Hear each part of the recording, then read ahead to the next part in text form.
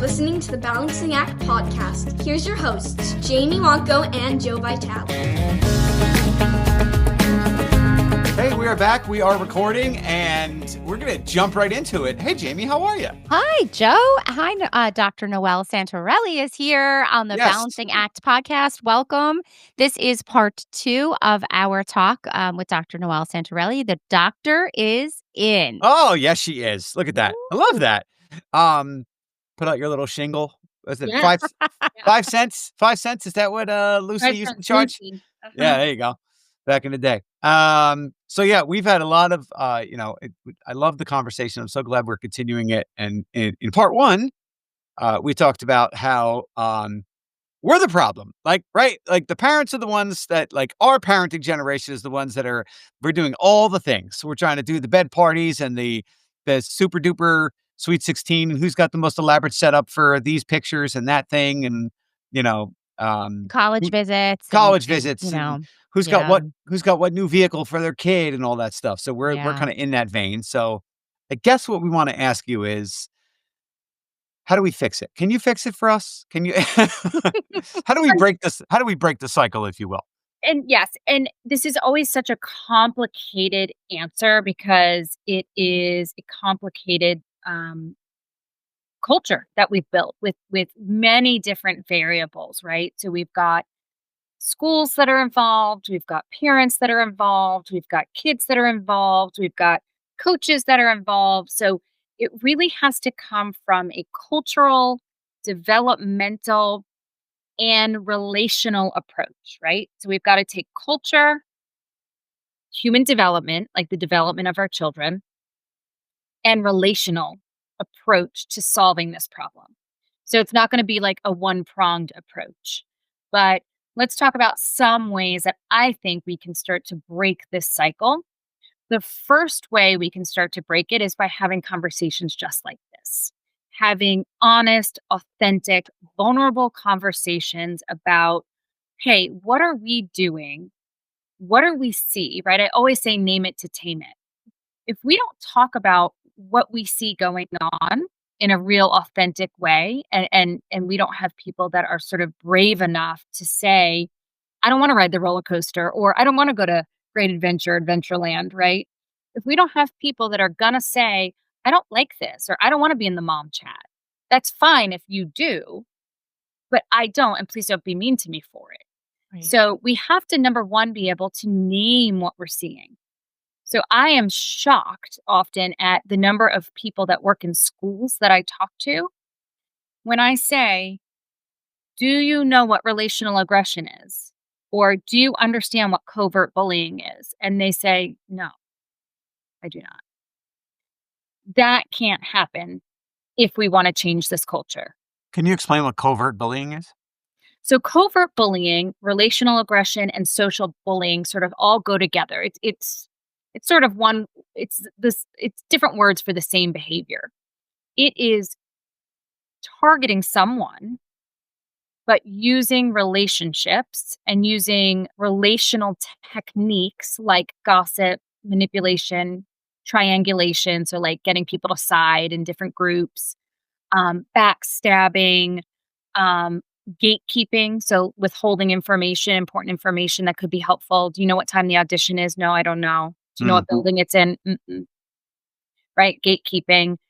It's using those types of exclusion, strategic exclusion, not just I'm having my 3 best friends over for a sleepover, but more strategic and targeted exclusion.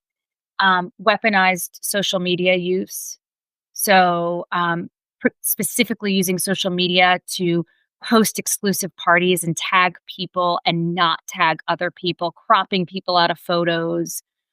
It's those kinds of behaviors that don't look as obvious as, someone punching someone or, someone having a physical fight. That's overt aggression. That's clear. That's like, you just called Jamie a bad word.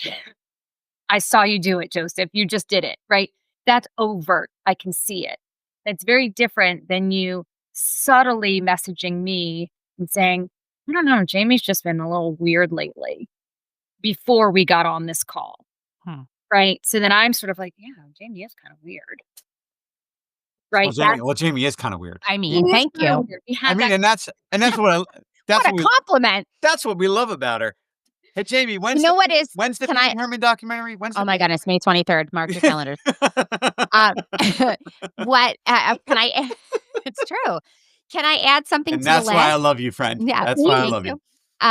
Something that drives. I mean, talk about grinds my gears. Yeah. There's a group chat, and people don't respond. Thank you for pointing that out. Oh my God. And then it's like, it's huge then there's, and it's like, that now they're side texting, and I can't imagine. Now, every once in a while, and I think like we're all like at fault for you, especially teachers, like we just can't be on our phones all day long. Right. So it's like you get the text and then you respond in your head. And then you every once in a while forget, but this is like a very specific tactic that. And again, this is targeted. This is when you need it. Oh, yes. It's targeted. Yes, so it's not about, Michelle never responds to any group. She's just, head in the clouds, or she's busy. Michelle, she never answers. Right. This is when you notice you're the one who's most often the one who's not answered in a group chat. Yep.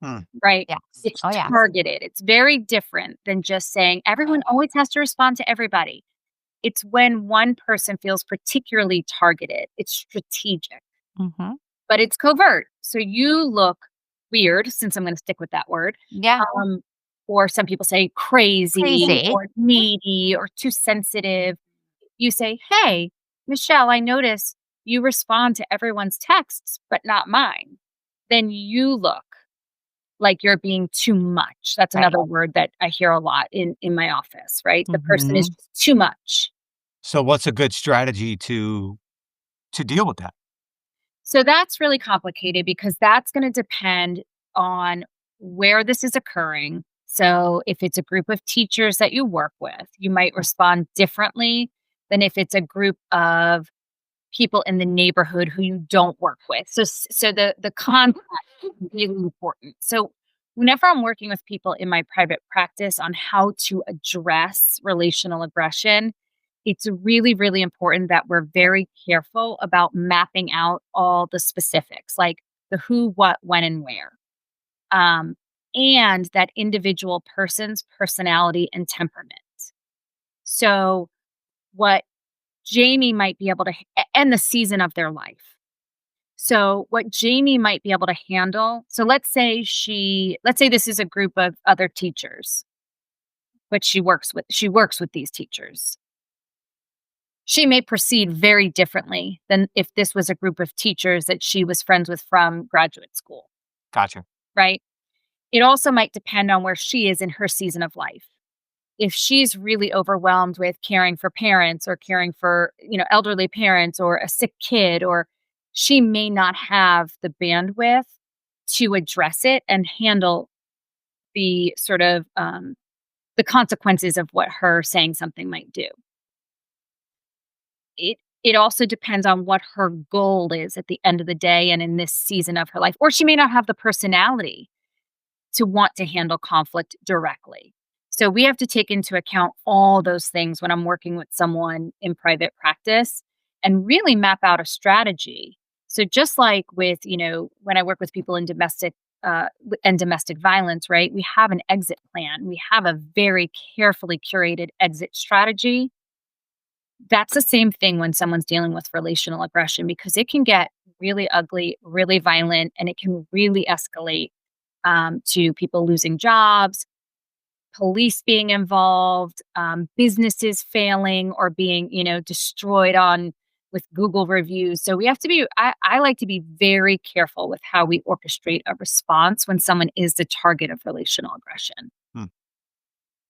And the consideration of it's fantastic. I mean, the consideration of the season of someone's life is really what is that's just so poignant. And unfortunately, I think sometimes what happens is, if people are not natural empaths, which most are not, they like, how bad could that be? Oh, come on. You didn't have to.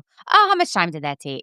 I think people are really, really, like it's very easy for them to just sort of write it off. I don't, I sometimes think too, it's easier for people, to sort of like not think of it Mhm. because it makes it like more difficult if they had to really genuinely think of how deeply someone else might be struggling. It's just easier for them to like, "Oh, come on. Really? Mm. How Well, bad?" it's complicated and it's heavy, Yeah, and a lot of people are really burdened and busy in their own lives. yeah. And so taking on sort of addressing relational aggression or being an upstander, if you're witnessing something like this, a lot of people don't have the bandwidth or don't have the comfort level with it. So I just recently did a post that did really well about being silent means you are involved. And this can span across, I got a lot of political comments. I got a lot, this can span in any avenue of life. But if you're witnessing relational aggression, I tell my kids this all the time. That was actually gonna be a question I was gonna ask you, but go Yeah. ahead. Yeah. You are witnessing relational aggression. Now, something like someone not responding to you specifically on a chat group text chain, that's like probably one of the hardest ones to address because it's so covert, right? Mhm.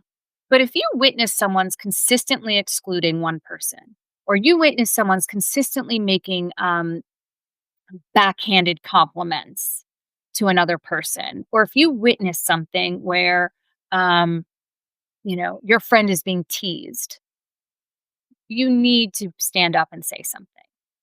And it doesn't always have to be loud. And so in my post, I said, you can make a ripple effect, you can make change, and you don't have to be loud and particularly extroverted or comfortable with conflict to do it. Sometimes even a side check in, like, hey, how are you? Or, hey, I saw what they were saying and that wasn't cool. You can even do that privately and make a big impact on the individual person, right? You don't have to be the person that is loud and says, hey, everybody, stop it right now. Because the people that are being bystanders, they're afraid they're going to be next if they Mm. stand up or speak up.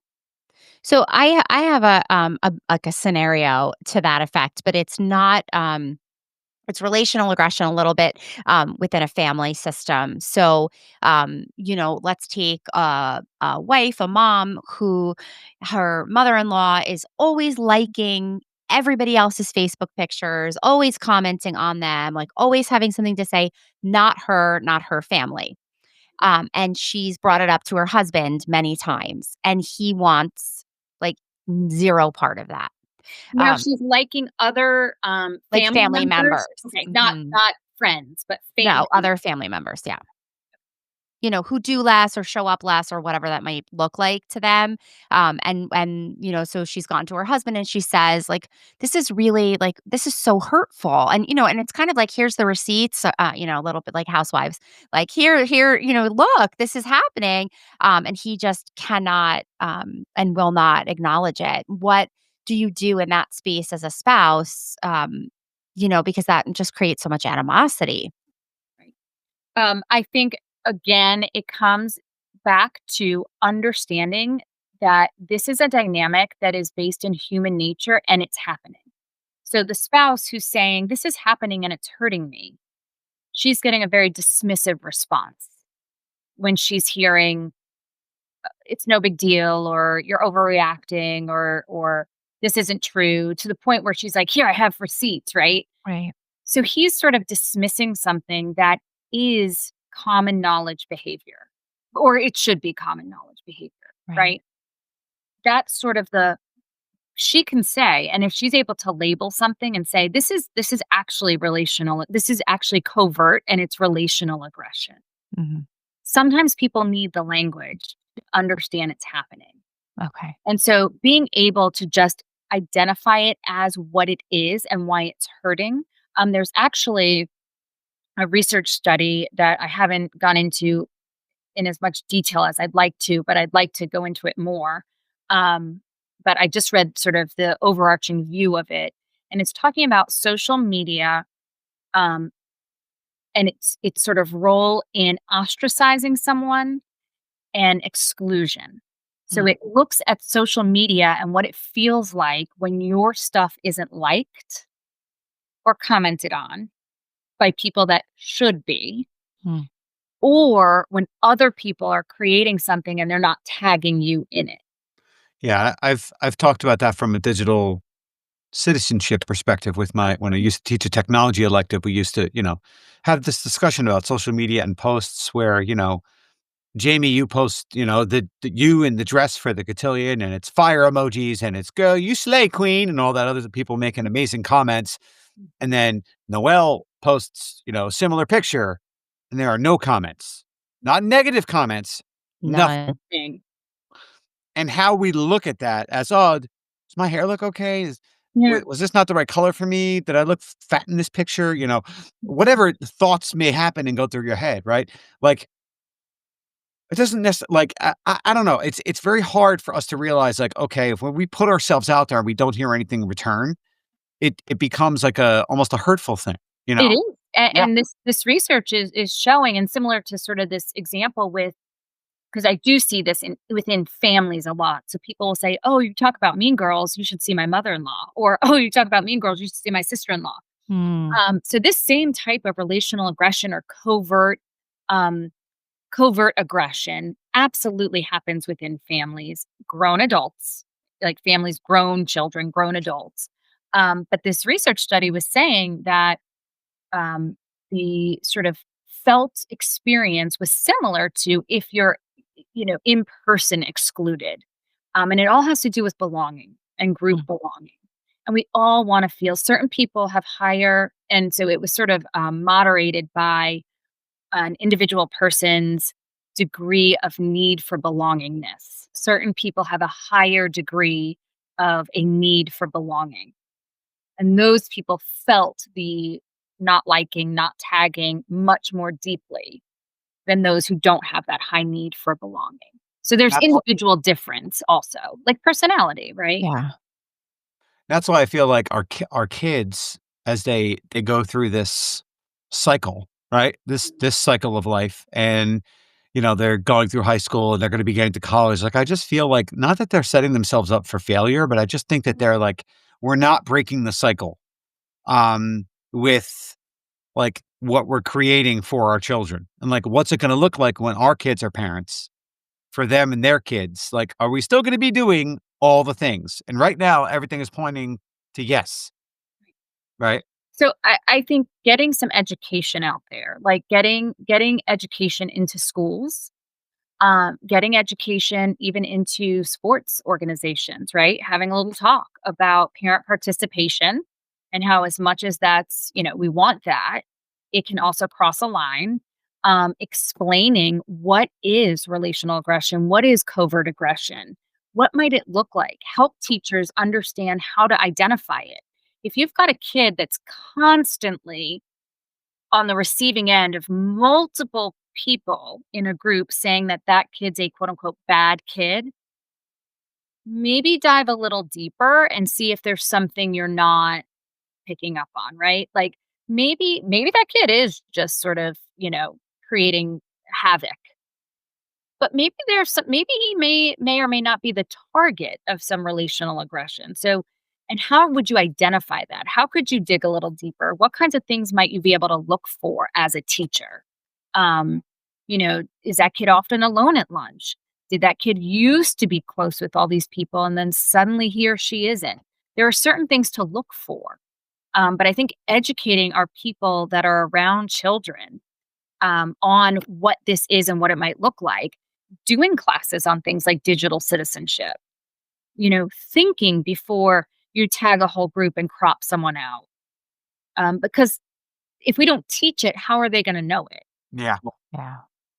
So I think teaching and educating the kids and the adults on what this is really, really important.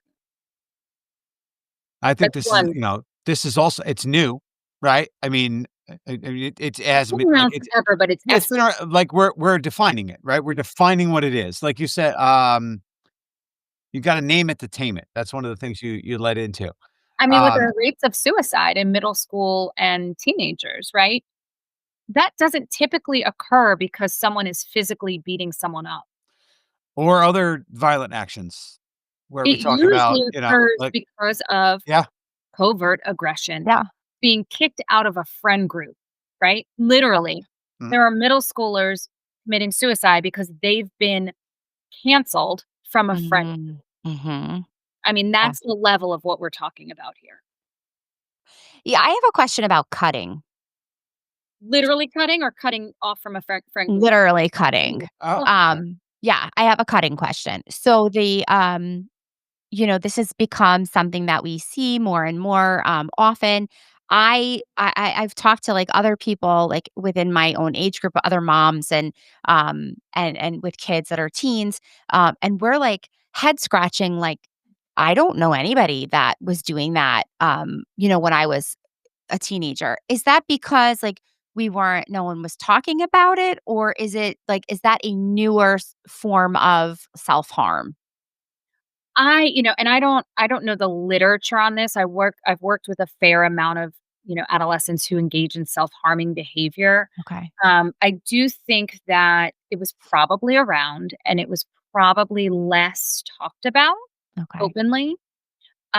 There was sort of a period of time where some people were using cutting as a way to connect and find a group. Mm, So if I was cutting and I shared that with someone else, that someone else might also share with me that they were also cutting. So it became more of like an open conversation. mhm. And over time, it almost became like a shared intimacy. Like this is a thing that we do. Got it. That's not to say why the cutting started in the first place, but there were sort of these groups or pockets of kids that would engage in self-harming behavior together or separate and then share about it. Got it. Um, I think back in the day, right? Sort of and it cutting comes from so many different reasons, so it's hard to say, right? Usually it's because of deep emotional pain, but of course there's other reasons. Okay. Um, but I also think that the pressure that's been put on kids is much worse than it was historically. I think they're also feeling the immense pressure and the scarcity that the parents are feeling. Mm, And so I'm not sure that kids decades ago felt the same kind of pressure to perform specifically. okay. Yeah. Yeah. That makes sense.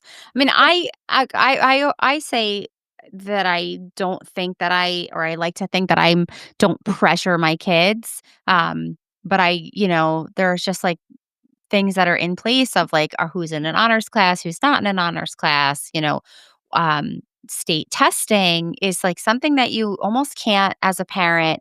Like, what am I supposed to do? Like, oh, what did I get? How did I do? I know in our school, like a ton of teachers, we have like Go Guardian, it like blocks different websites and stuff. And I know a ton of Yeah. teachers have blocked to the kids their ability to check their grades Yeah. because they are compulsively Compulsive. checking and, yeah. and so so I feel like there's probably a lot of parents like me who think like, well, I'm not trying to put pressure on them, but obviously like they know what makes me happy or they know what I value, so you kind of get along that. So there's this book by it's called Never Enough. You both have probably heard of it. By Jennifer Wallace. I have not. You have not. Okay, so she came to speak at one of my kids' schools. Amazing. I'm always talking about her book. So Never Enough, when achievement culture becomes toxic and what we can do about it. Hmm. And she talks a lot in this book about knowing that you matter. Where do you belong and where do you matter? Even if it's just within your family, right? Like it matters to me if you don't set the table for dinner because then who's going to do like you matter Yeah. outside of the A that you got or the AP exam that you took, right? You matter outside of your achievements and your performance. But our culture, and I think this all kind of goes together, right? the pressure, the fear of not enough, like, are there going to be enough spots for my kid? The kid feeling that pressure. I think culturally, this all comes together to increase higher suicide rates, higher rates of self harm, higher rates of relational aggression and covert bullying, cyberbullying. I think it all goes together. Yeah. And so I think naming, at which a lot of people are starting to do, like, this book, Never Enough, is naming this is a problem. Achievement culture's gone too far. We're more than just what our grades are. Naming what, because friend groups are a big thing now also that were not very common back when I was growing up. This is I think it's relatively new, right? You used to have a BFF. Maybe you'd have a clique of like 4, maybe 3. Even the classic movie, right? Mean Girls, but there were 3 or 4 of them. Now, if you're scrolling social media, your clique or your friend group, it's like 15 people deep, maybe 20 in some communities. And so that's even more pressure and complicated. How do you know 15, 20 personalities? And it's sometimes girls and boys. Yes. So I think things are ramping up a lot. Yeah.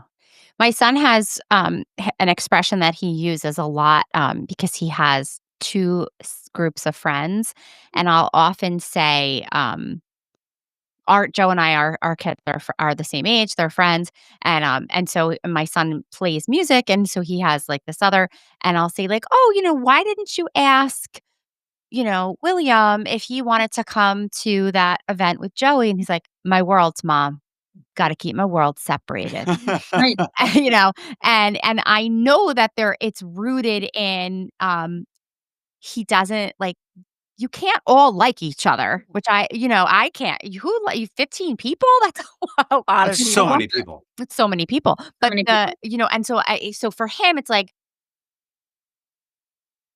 I gotta keep my world separate, even though what's funny is that, like, a lot of them, like, probably would end up getting along or, having some sort of common, space or common interest rather, but he just avoids it. And it's like, Right. nope, Right. separate worlds. Even, like, they just went to their junior prom last week, and he had, like, his friends at one table, and then he's like, "But I got to go to the other table." And it's like, "What?" Well, yeah, Yeah, friend groups don't really mix either now, no, they right? do That's like, not. It's Yeah, so bizarre to me because, like, yeah. my daughter is a lot like me, where she's friends with artsy kids, she's friends with athletes, she's friends with, this group and that group. Like, she's friends with all these different people, and she gravitates to, a couple close friends of hers. And I was definitely the same way. And like I pride myself on the fact that, literally at the end of the month, I'll be driving out to Indiana to see my best friend that I literally met on the first day of kindergarten. Yeah, and we still keep in touch with each other. We talk all the time, and just found out recently that he prefers oatmeal raisin cookies to chocolate chip. And I was like, how are you my friend? Like, how did I not know this? yeah. How Yeah, did you no, know? I know. It was just he's like, "Yeah, I take an oatmeal raisin anytime over chocolate chip." I'm like, "Are you 90 years old? What is going on?" Anyway, I have strong opinions. But no, like, but I still have people that, like, I talk to, but, like, I always gravitate towards these 2 guys that, like, I've known for my entire life. We were at each other's weddings. We're very, very close to one another. Um, and I don't know where I would be without that relationship in my life, And I hope that my children have that for themselves as they continue to grow up. Yeah. But I don't know if their need to keep up with the Joneses and have all these gigantic friends groups are gonna get in the way of that. And I'll say this about my son, he does not. He's got his little small group of friends that he hangs out with, and that's it. Like, there is one group, and I'm okay with that, and he's okay with that, and it didn't matter if I was okay with it, because as long as he's okay with it, that's what matters. So, um, I don't want them to get caught up in keeping up with the Joneses, and I guess my question for you is, how do I do that? How do I make sure that they're not putting themselves in situations where they're being taken advantage of or manipulated or covertly bullied? Right. Well, that's the $1,000,000 question. how not to be bullied or covertly bullied. I think what you can sort of control is how they show up in those groups and help them understand why they're showing up in those groups. So I think if we do things with intentionality, it kind of can change the script a little bit. So having conversations with your kids, like, curious, not sort of lectury, but like, okay, I notice you hang out a lot with these 15 people. What do you like about the group? What do you guys enjoy doing together? How do you feel after you hang out? How do you feel after? Do you feel good? Do you feel heard? Do you feel seen? Who in that group do you really connect with is there anyone you connect with on a deeper level? Or are these sort of friends that you could call when you missed class and you need an assignment? Is there anyone in that group that you could call if something really bad happened to someone in your family? Is there any, like, who would you? Is there maybe one or two people? So within that bigger friend group, right? Maybe help them to understand and explore relationships and friendships that might be happening or have the possibility to happen on a deeper level than just like the big group picture of prom. It's the guarded parent in me that is like, okay, it's 15 kids together. You know that there is a group of 4 of them that are talking crap about one of them. Yeah, and there's Or diet, right? There's all of them. 15 kids, but then there's, fraction there's these 4 are the besties and those 3 are the bestie, like, within Yeah. that teen, right? And then we're getting to the point where this one dated that one, and then they're not dating anymore, and then now they're on the outs, and we can't hang out with this one because, that'll be tense, and so we'll hang out with this one on Friday and that one on Saturday, and it's like, "Oh my god." And that's really hard to navigate as an adult, let alone as a middle schooler or a high schooler, Yeah. right? How in the world do you navigate 15, 20 relationships and dynamics? Yeah. So I like to try to help the teens that I work with and my kids understand, okay, within that bigger group, what do you get out of being in the group? Do you actually enjoy being in that group? Or, tell me if it is. Is it for status? For some people, it is. And that's okay. I'm not here to say that you can't have a big group for status, but understand if that's why you're doing it. Yeah. Because you feel anxious to not have that status. Yeah.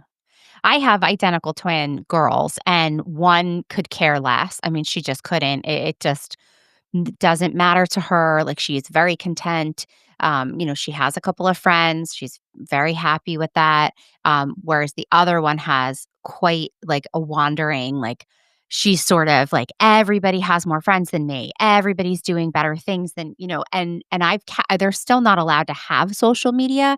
And I really thought that that was going to help, but it's just like, not everything is social media because, like, she goes to school every day and she's looking around and she's seeing everybody with it, with one another. But she just has this idea, like this romanticized version of everyone has 25 friends and they all just love each other and do everything.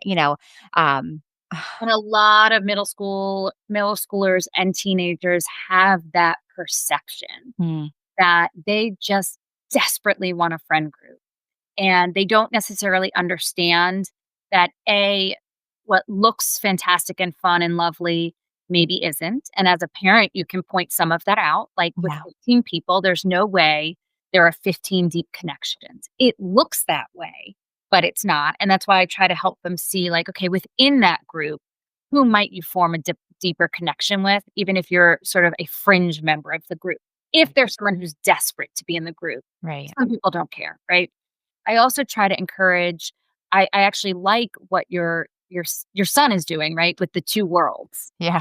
I actually think it's a really good idea to diversify friend groups. Hmm. I really get nervous when one of my clients has only one group. I'm only friends with people who I go to school with. That's dangerous when there's a friend group, because when there's a big friend group, there's a higher chance someone's going to be canceled, right? And if all your eggs are in that basket, well, if you don't have a friend in soccer or a friend in, church or at art camp or your cousins, I don't really care who it is, but diversifying where you can get those relationship needs met and not having it all in one basket.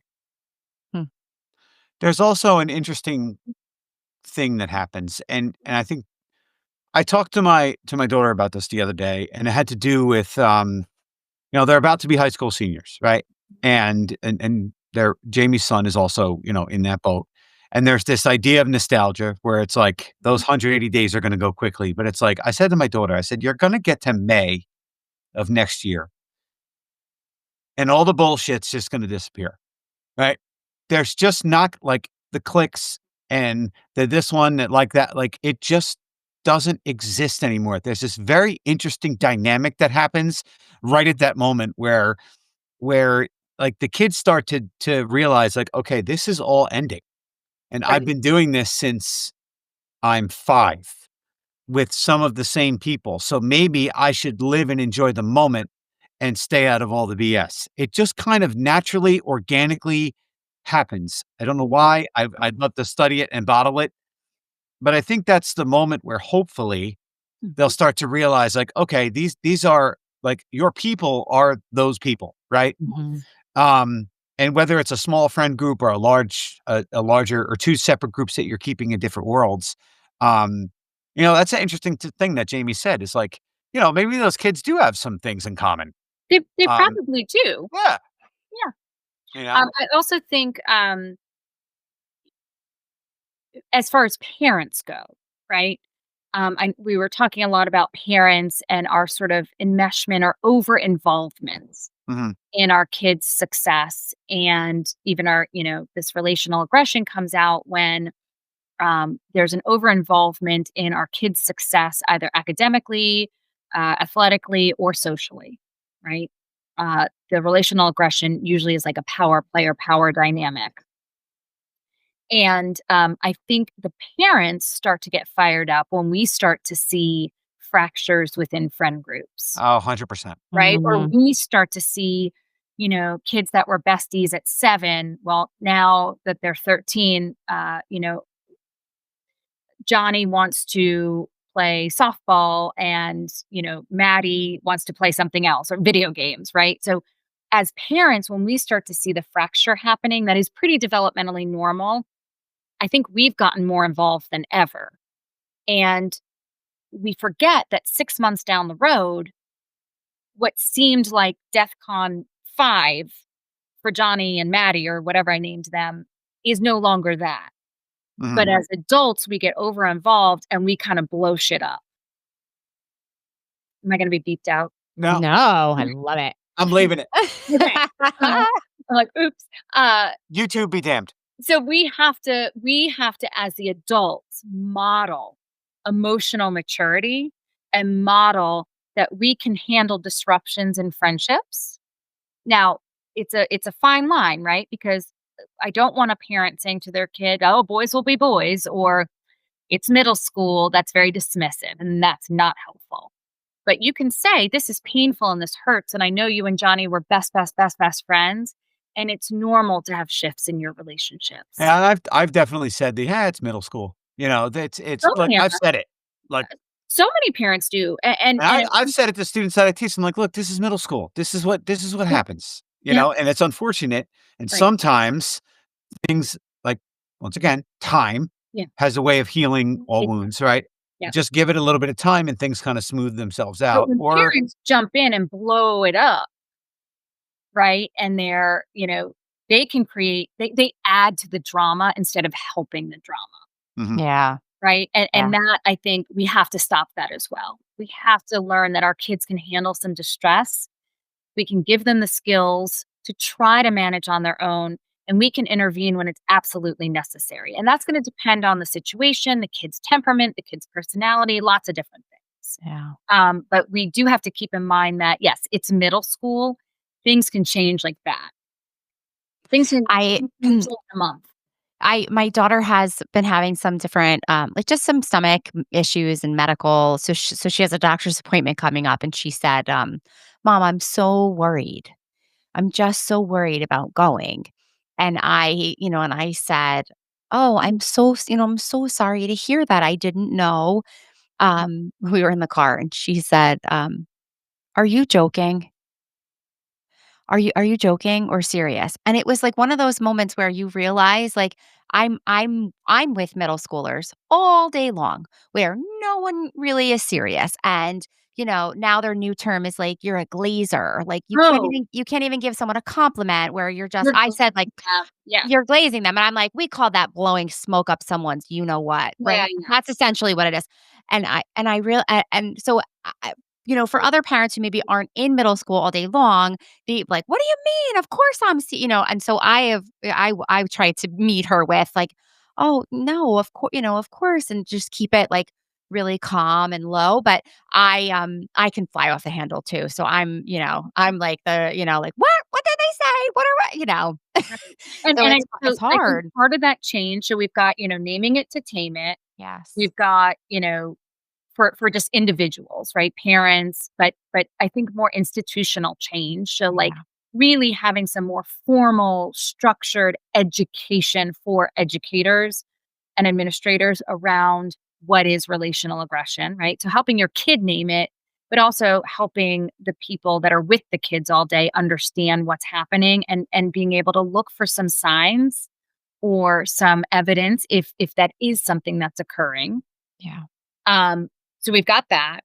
We've got I like teaching kids to diversify their groups and understand what they're getting from different relationships in their life.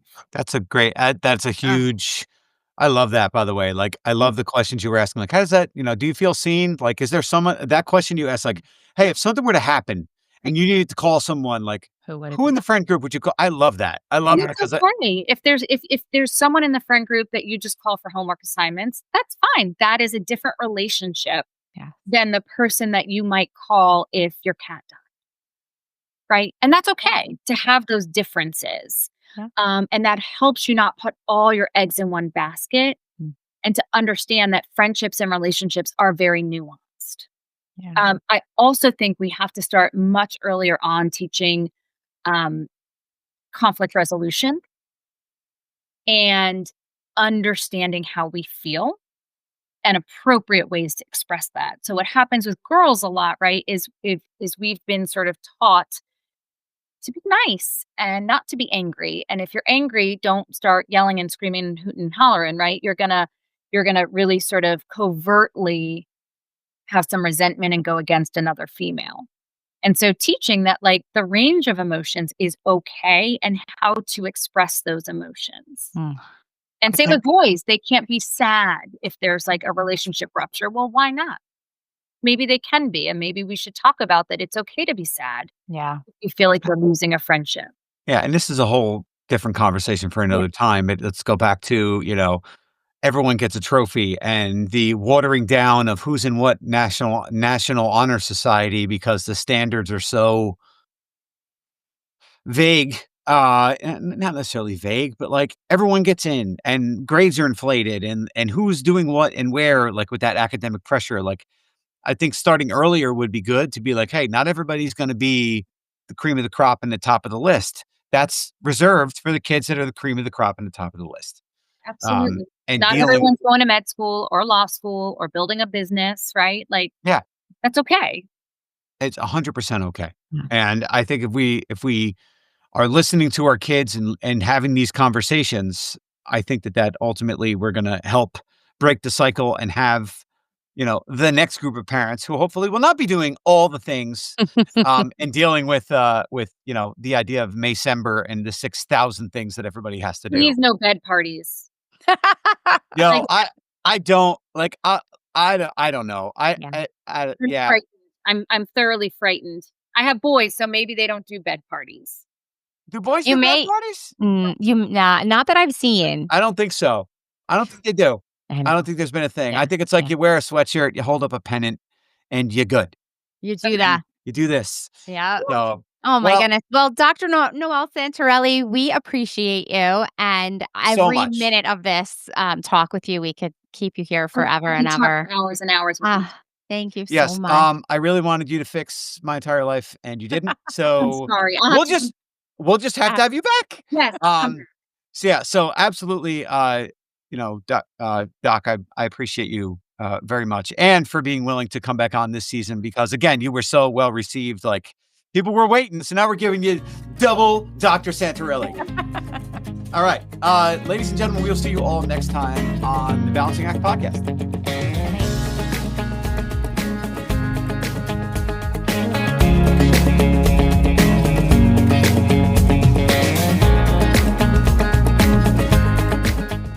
Look for the Balancing Act podcast every week on your favorite podcast platform. New episodes drop every Tuesday. Thank you for being a part of our audience. We appreciate you.